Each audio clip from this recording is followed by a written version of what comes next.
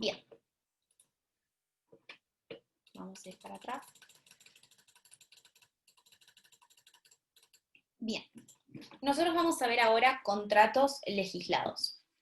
Con el doc, la clase pasada vieron y terminaron conmigo de ver contratos no legislados, y lo que vamos a ver ahora son contratos que están legislados en el Código Civil y Comercial o en leyes especiales, ¿correcto? Todos los primeros están en el Código Civil y Comercial, y los del final que les voy a indicar están en leyes especiales.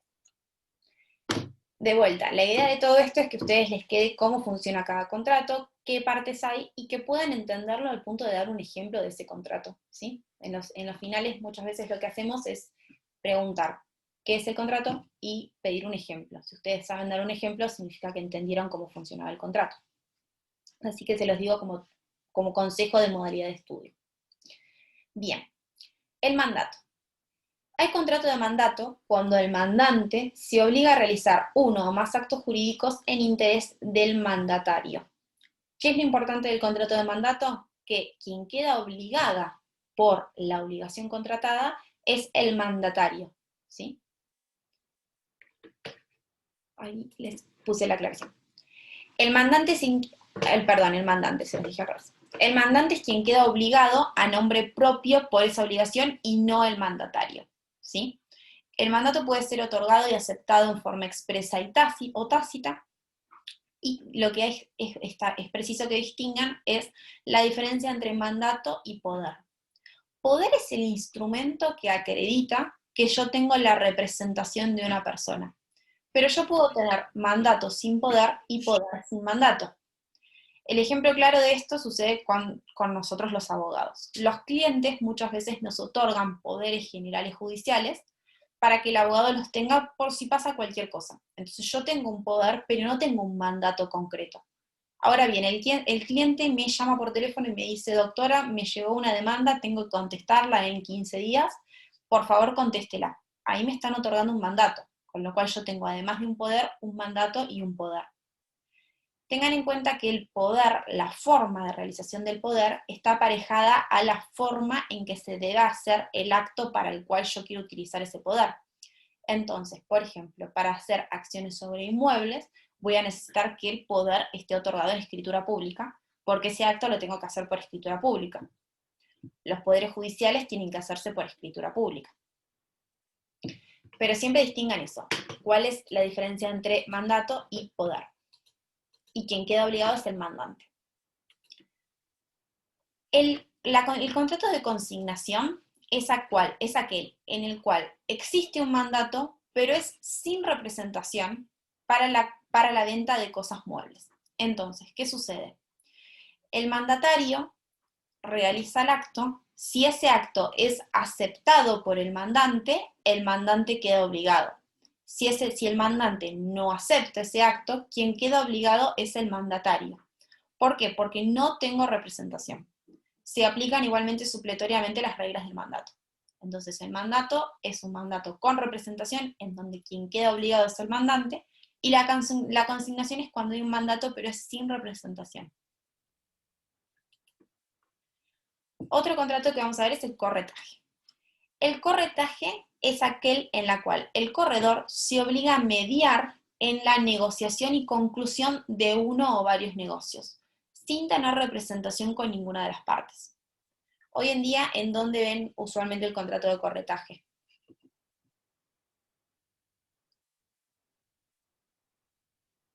O sea, ¿dónde ven esta operación en la vida cotidiana?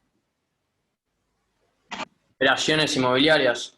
Sí, exacto. Las inmobiliarias es el ejemplo típico y donde más se usa hoy el contrato de corretaje. La inmobiliaria une a las personas que quieren otorgar en alquiler una propiedad o vender una propiedad, y la parte que quiere alquilarla o comprarla. Por esta intermediación, el corredor va a cobrar una comisión.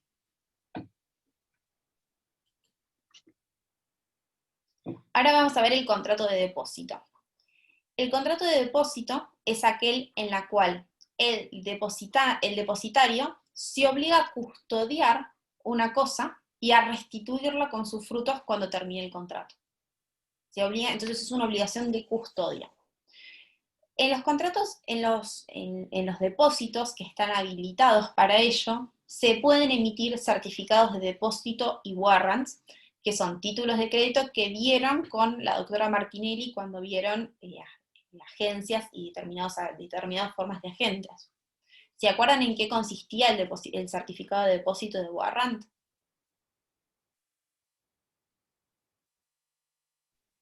Sí, cuando una persona guardaba una cosa y le daba a otra un certificado o de depósito y warrant para que lo tenga como garantía de alguna deuda. Sí, exactamente. El Y certificado en de este depósito, se podía transmitir de titular, puede ser, el warrant directamente y sin tener que hacer entrega de la cosa, simplemente con el papel, el warrant, después iba y lo reclamaba, en caso de quererlo, si no lo podía dejar ahí. con el papel y con los dos papeles, porque todo Bueno, lo que sí. están diciendo es correcto. La única aclaración que les hago es, el certificado de depósito y warrant son dos títulos distintos. El certificado de depósito es el que acredita la titularidad de los bienes. Y el warrant es un certificado que permite otorgar derechos crediticios de garantía. Entonces, para transmitir la titularidad del bien sin mover la cosa, tengo que entregar el certificado de depósito y el warrant. Entonces transmito la titularidad entera.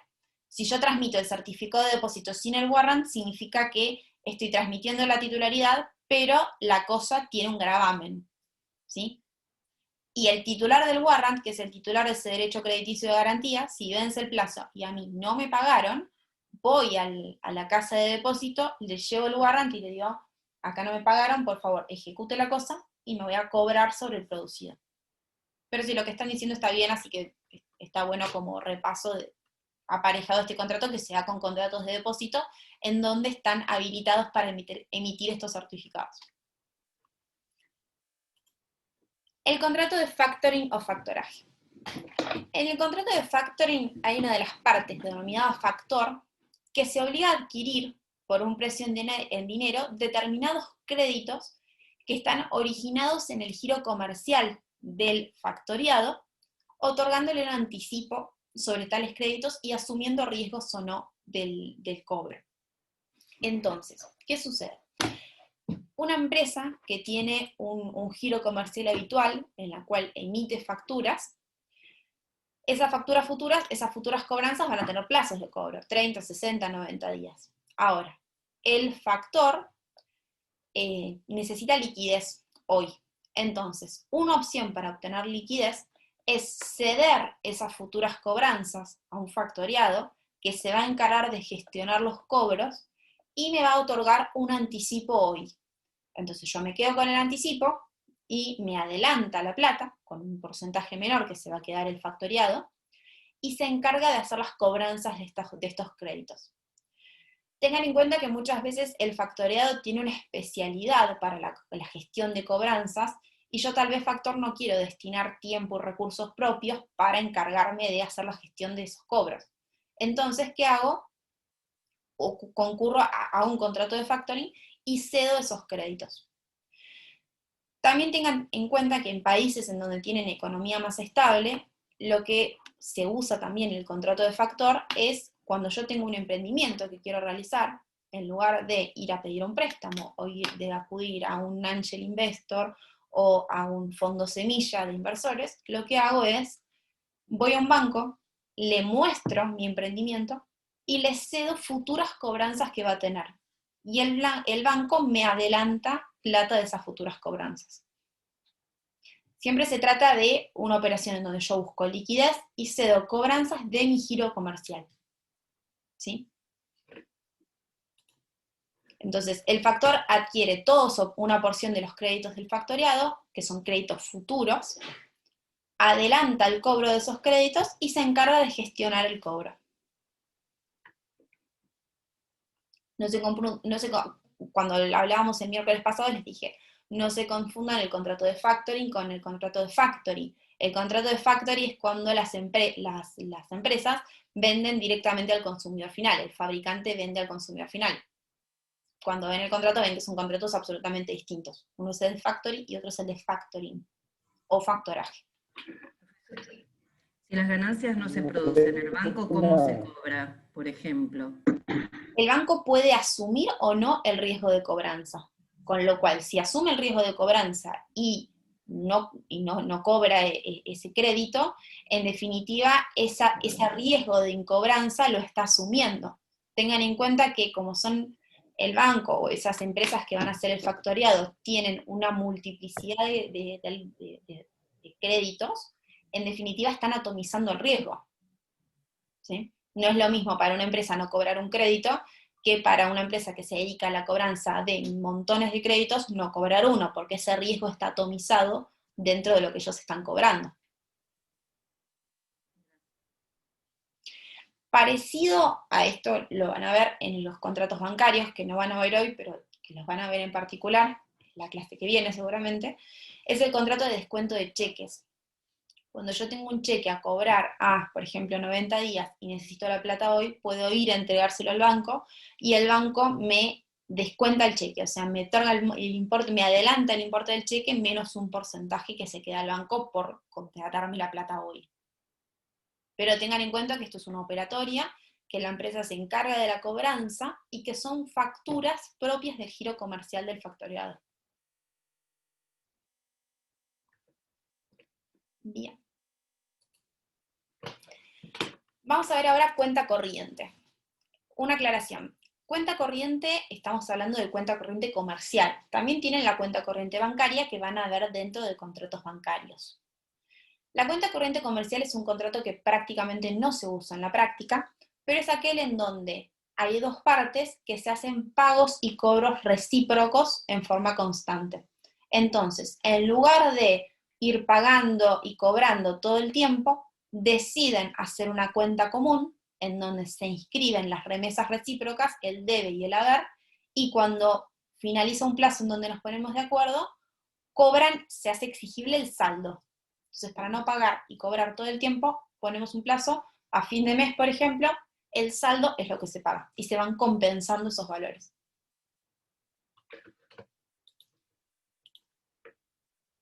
Van a subir el PowerPoint, sí, ya sé, se los debo el PowerPoint de contratos no legislados, hoy se lo subo con las clases del viernes. Estoy en falta, pero se lo subo y les subimos este también. Igual, profe, en ambos grupos yo pasé el de contratos no legislados para que ya lo tengan hasta que se suba oficialmente. Así que lo tienen ese y seguramente este también. Perfecto, buenísimo, Keila, genial. Ahora igual te mando este, así también lo tenés vos y lo podés circular. Bueno, vamos al siguiente contrato, que es el contrato de agencia. Tengan en cuenta que, como vieron cuando vimos el contrato de distribución, en el contrato de agencia de distribución y de concesión son formas de diversificar la actividad empresaria. Entonces, cuando, por ejemplo, el fabricante o productor no quiere invertir los recursos, o no los tiene, o no los quiere invertir en hacer la cadena de comercialización, puede acudir a estos contratos para llegar al consumidor final de distintas formas, ¿sí? Ahí tenemos, por ejemplo, el contrato de distribución, y ahora vamos a ver el contrato de agencia. En el contrato de agencia, lo propio es que el agente promueve negocios por cuenta de otra empresa, de otra parte que es el preponente o la empresa, y actúa de forma independiente, ¿sí? Pero promueve negocios por cuenta de otra, con lo cual el negocio, la obligación la va a asumir la empresa y no el agente.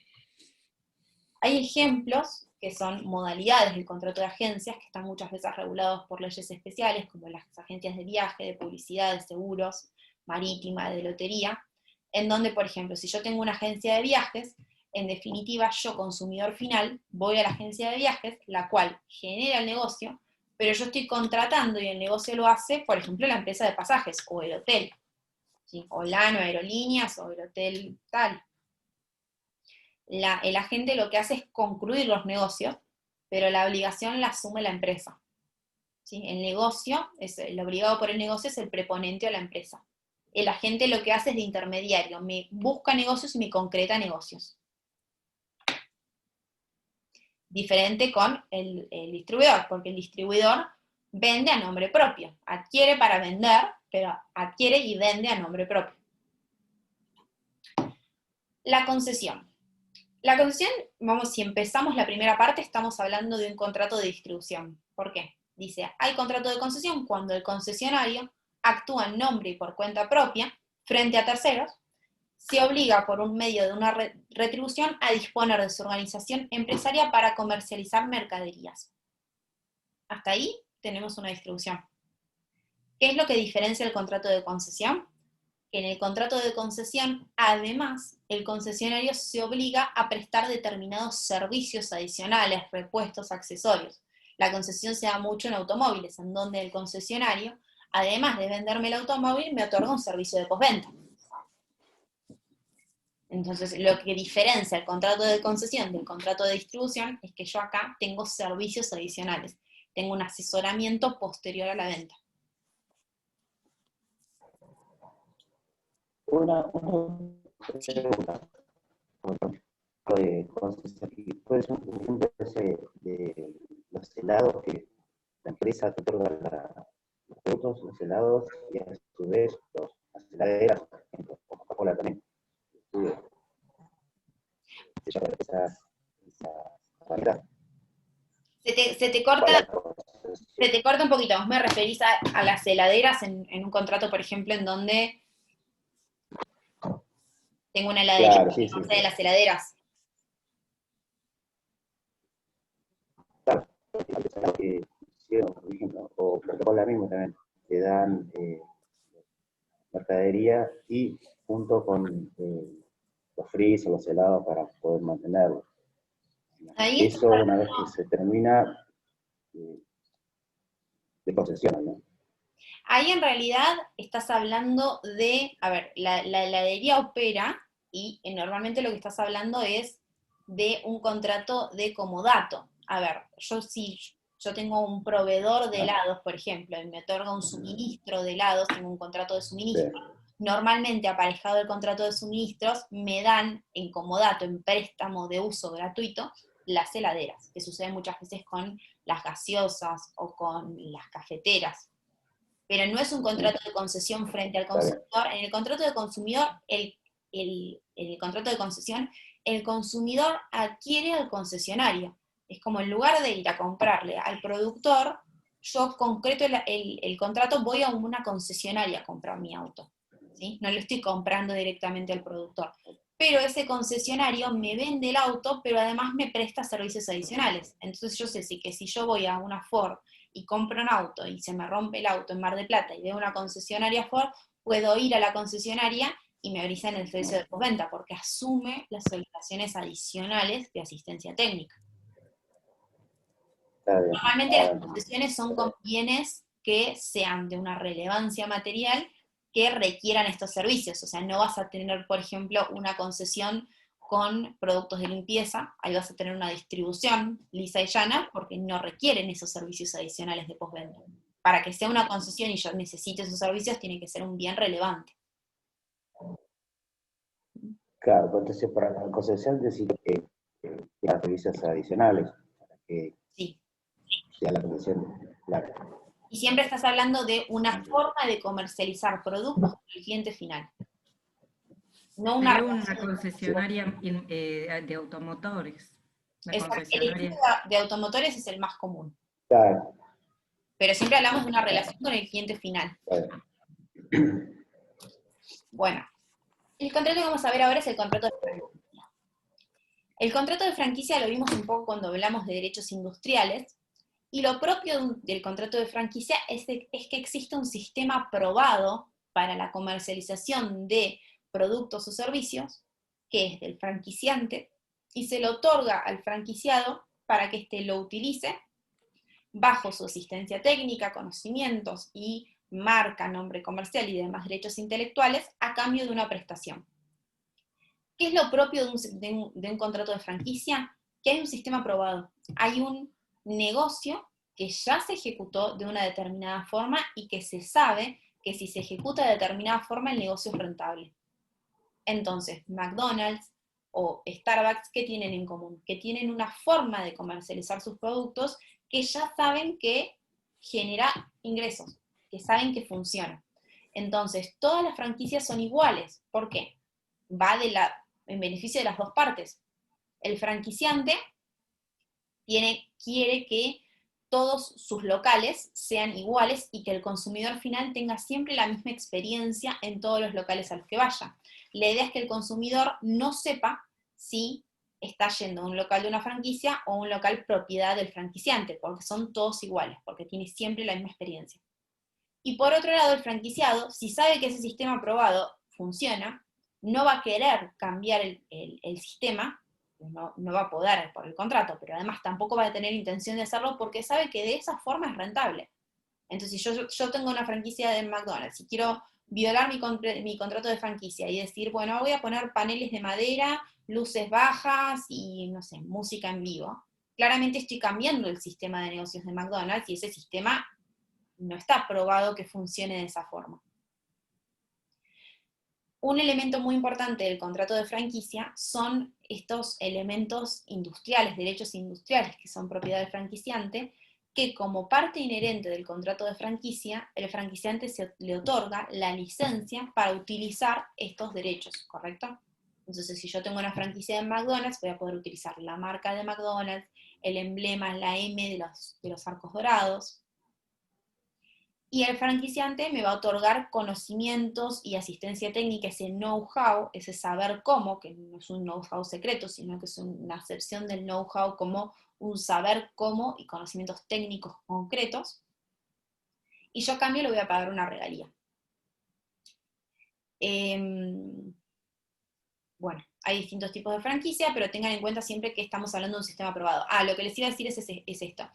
En Argentina ocurre muchas veces que se otorgan nombres a contratos que no corresponden necesariamente con una franquicia. Entonces, el DOC, creo que les decía ayer, no sé si lo decía en esta comisión o en la otra, que muchas veces se dice, te vendo franquicias, y son negocios que nunca se ejercieron, no son negocios probados. Entonces, en definitiva, no me están vendiendo una franquicia, porque no tengo un sistema aprobado. Yo para tener una franquicia tengo que tener un sistema aprobado. Ustedes siempre, ahora que van a ver cuál es el elemento central de cada contrato, pueden distinguir cuándo están hablando de un contrato u otro porque tienen ese elemento central. Para tener una franquicia tengo que tener un sistema aprobado. Bien, y lo que me permite la franquicia es que con un capital limitado, en lugar de hacer un emprendimiento desde cero, puedo empezar de forma independiente a ejecutar un negocio que yo sé que funciona. Bueno, el contrato de mutuo.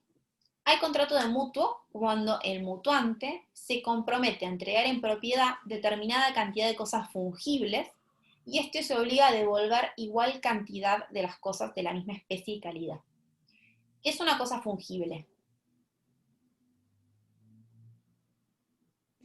¿Alguno? ¿Que se anime? Que se puede cambiar. Sí, que se puede consumir, sería la palabra concreta. Como por ejemplo,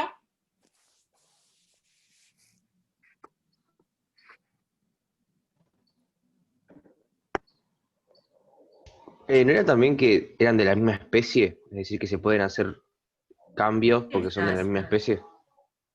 correcto. Por ejemplo, ¿qué La sería? plata, por ejemplo, el dinero. Plata, ¿sí? O 100 kilos de trigo. El trigo siempre va a ser trigo, no va a ser ese grano de trigo. No, sucede también con los animales, salvo que diga el caballo de carrera tal, estoy hablando de 100 cabezas de ganado. Son todas cosas fungibles, las puedo cambiar por otras y se consumen.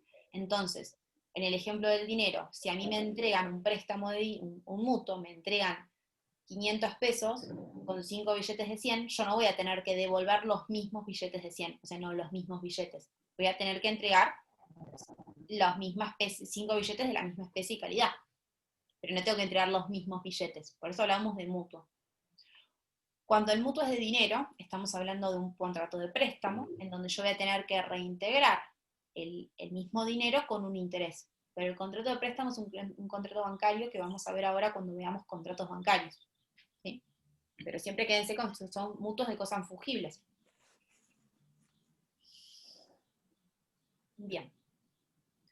El comodato es un préstamo de uso de una cosa no fungible, en donde me conceden gratuitamente la cosa para que la restituya cuando termine el contrato. Este es el caso que veíamos recién con los contratos de suministro. Si yo tengo un suministro de Coca-Cola o de café, normalmente la máquina, la heladera, me la dan en comodato. Yo la puedo usar gratuitamente mientras dure el contrato de suministro. También puede ser que una tía me preste el departamento para que yo viva y me la preste de forma gratuita. Ahí tengo un contrato de comodato.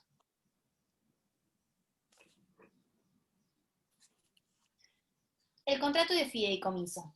El contrato de fideicomiso, les voy a leer el concepto y al lado hay un cuadro para que les quede claro el contrato. De nada. Y la idea es que lo puedan entender a este contrato que tiene varias partes, pero que si lo ven de a poquito, se entiende. En el contrato de fideicomiso hay una parte que se llama fiduciante, que transmite o se compromete a transmitir la propiedad de bienes a otra denominado fiduciario, quien se obligue a ejercerla en beneficio de un beneficiario y a transmitirla al cumplimiento de un plazo o condición al fideicomisario. Entonces, yo tengo un fiduciante, que es aquel que es propietario de determinados bienes. Quiere constituir un fideicomiso, entonces transmite la propiedad fiduciaria de esos bienes en fideicomiso. ¿Qué significa la propiedad fiduciaria? Que los voy a transmitir a un patrimonio de afectación, que es un patrimonio independiente, que no es ni del fiduciante ni del fiduciario, con lo cual no lo pueden atacar ni los acreedores del fiduciante ni los acreedores del fiduciario. Está en una especie de nube, ¿sí? Es un patrimonio de afectación. El fiduciario va a administrar esos bienes en beneficio de quien se designe como beneficiario, y al finalizar de un plazo o condición lo va a entregar a otra persona que se denomina fideicomisario. Tengan en cuenta que lo propio del contrato de fideicomiso es que el fiduciante va a poder ser a su vez beneficiario y o fideicomisario, y la única persona que no va a poder cumplir otro rol es el fiduciario, porque es quien administra. Entonces es incompatible con las funciones del fiduciario que administre y a su vez se quede con los beneficios y a su vez reciba el bien al final del tiempo. Con lo cual hablamos de que hay 4 partes del contrato de fideicomiso, pero que podrían ser solo 2, porque el fiduciante podría ser a la vez beneficiario y a la vez fideicomisario. Un ejemplo concreto. El fiduciante es dueño de un edificio de departamentos. Tiene un hijo menor de edad. Entonces, quiere que esos bienes se administren en beneficio de su hijo, y cuando se cumpla la condición, cuando llegue a la mayoría de edad, se le transfieren esos bienes. Entonces, el edificio de departamentos lo saca de su patrimonio, lo deja en un patrimonio de afectación, designa a una persona de confianza que lo va a administrar, los alquileres que cobre se los va a dar a su hijo, y cuando el hijo sea mayor de edad, va a adquirir los bienes, se los van a transferir a esa persona.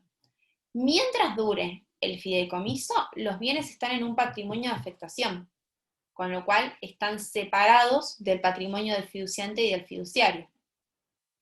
Cuando hablen de fideicomiso, lo que les dice el doc siempre es que se saquen de la cabeza todas las ideas preconcebidas sobre el fideicomiso, que muchas veces tiene aparejado un concepto negativo o peyorativo de que se quiera utilizar para hacer negocios ilegales o para, no sé, para perjudicar a acreedores. La realidad es que el fideicomiso es un instrumento como cualquier otro, como una sociedad. Las sociedades no están hechas para fines ilícitos. Que pueda haber alguna que lo haya hecho, no quiere decir que sean instrumentos para ello.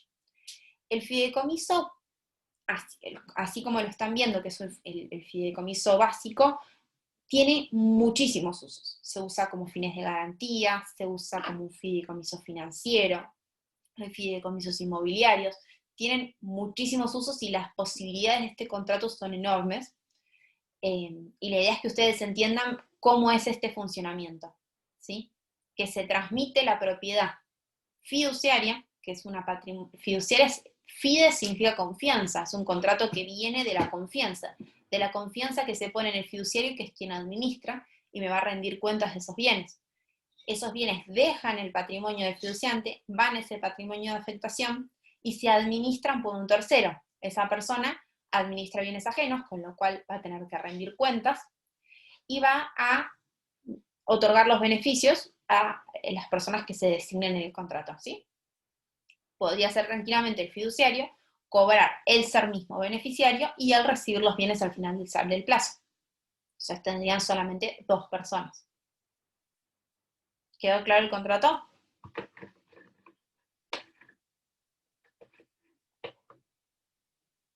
Bueno.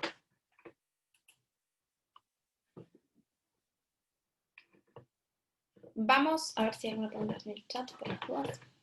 Bien. Vamos al contrato de arbitraje.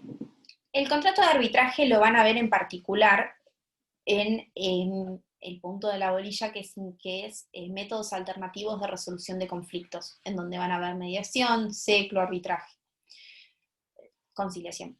El arbitraje es cuando las partes deciden someter la cuestión, la controversia, en lugar de a los tribunales judiciales, a árbitros. ¿Sí? Van a ver el arbitraje en particular.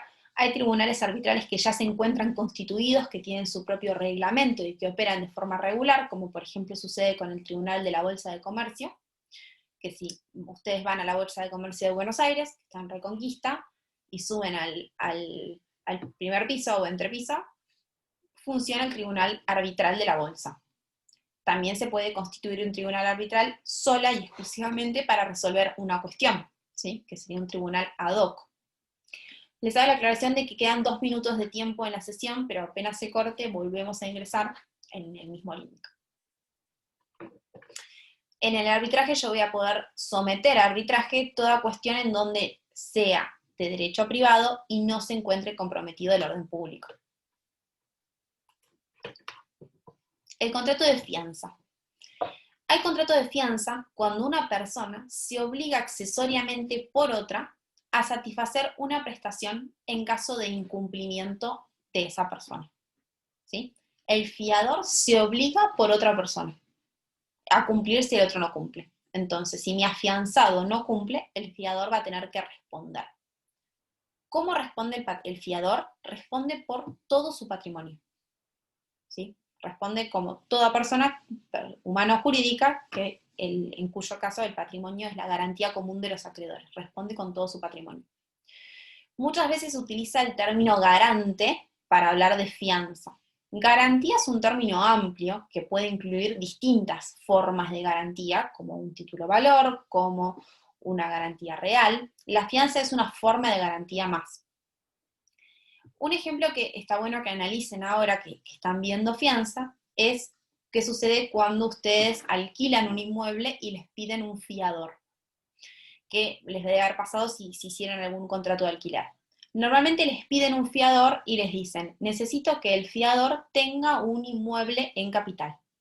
Ahora bien, yo cuando estoy haciendo ese contrato, lo ven ahora que están estudiando abogacía, no estoy comprometiendo el inmueble para la resolución de ese contrato. Porque si yo quisiera establecer una garantía sobre el inmueble, voy a tener que constituir una hipoteca. Para constituir una hipoteca tengo que hacer una escritura pública en la cual el escribano me va a cobrar un 5% del valor del bien, con lo cual no va a ser rentable nunca hacer una hipoteca para garantizar un contrato de alquiler. Entonces, ¿qué es lo que yo estoy haciendo? Estoy, en definitiva, asegurándome que la persona que yo designo como fiador sea una persona solvente. Pero tranquilamente puede firmar el contrato y al día siguiente vender el departamento que tenía.